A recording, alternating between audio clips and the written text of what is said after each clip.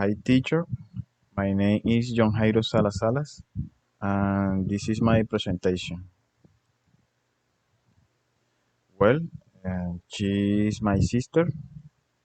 Her name is Jainer Salas and she is 36 old and she is Colombian, obviously.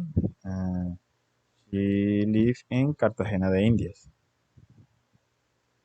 Her hobbies are um, she like to go Playa Blanca Beach.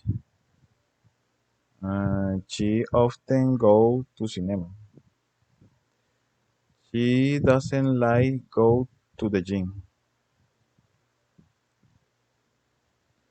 Her daily routines is following. And first, she wake up um, at 7 a.m. and she take a shower and she dresses and she have breakfast and later she go to the office. She usually work from 8 a.m. to 12 p.m.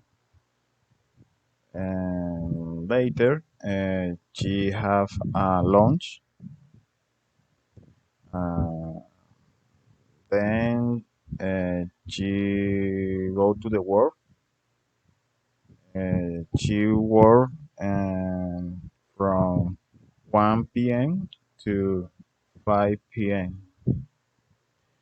And then she goes to university. She actually studying health, security, and environment technician.